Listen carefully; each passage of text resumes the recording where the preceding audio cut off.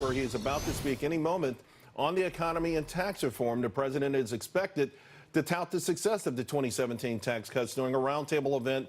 We'll listen to his comments once he begins to speak.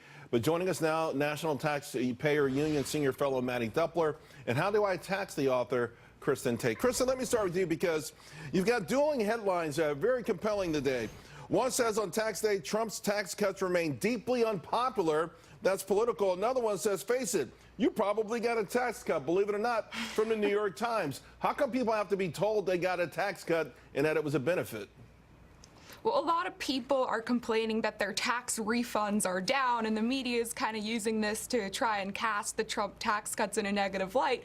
But of course, your tax refund has nothing to do with your overall tax burden. It just represents how much you overpaid the IRS over the course of the year. A lot of people don't realize they're essentially giving the government an interest-free loan. But middle-class earners have seen the benefit of the tax cuts over the last year through higher paychecks. The Tax Policy Center estimated that 82% of middle-class earners would see a tax cut, and so far the data appears to back that up. H&R Block said that of the millions of returns it had processed by the end of March, the average tax cut was $1,200. So that's all great news, Charles, but I still want to underline the fact that this country has a huge spending problem. We can't continue to cut taxes and increase spending. The economy's humming. This would be a great time to start paying down the $22 trillion national debt, but so far that's just not happening. That's not going to happen, and that's a story for a different day. Pox on both houses. Sure. But Mattie, 65% of folks got a tax cut. Only 39% believe that they did.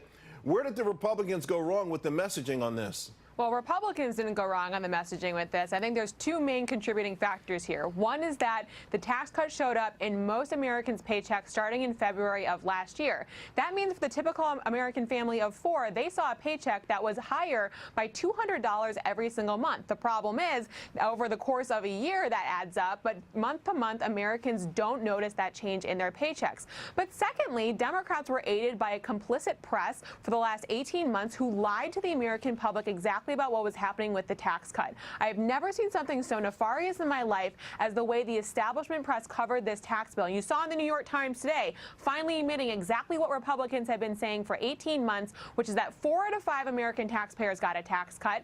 And of the people who got a tax increase, they are the earners at the higher upper echelons of the income tax code. And that's because what the Tax Cut and Jobs Act did, not only did it deliver a tax cut for the middle class, it created more progressivity in the tax code, something you hear a lot about from Democrats. Well, yeah, progressive tax code is what they enjoy. You know what I find interesting also, Kristen, is that in 2018, wages went through the roof, particularly for blue-collar workers. And, you know, this is what folks who believe in supply-side economics said this is one of the promises. It's a promise made, a promise kept, and yet that doesn't resonate.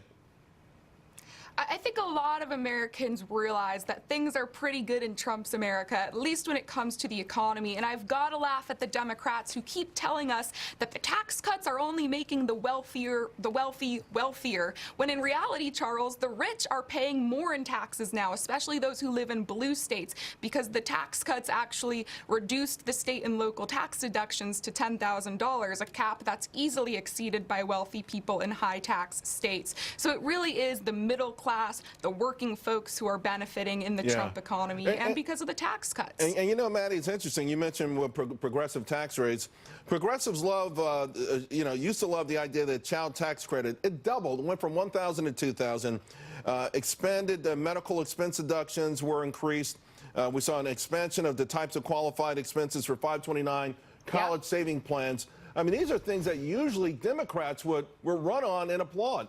Yeah, and not a single Democrat voted in favor of this bill, even though it not only doubled the child tax credit, it expanded the eligibility for it. So families that weren't eligible for that tax credit before can now claim that tax credit for their children. You know, in addition to that, there was a paid family leave provision in this bill as well, something that Democrats talk a lot about, but have offered absolutely no cohesive ideas as to how to accomplish. The first federal paid family leave program was included in the Tax Cut and Jobs Act. You don't hear a lot about that from Democrats. Opportunity zones, also a great opportunity for investment in areas that are underserved.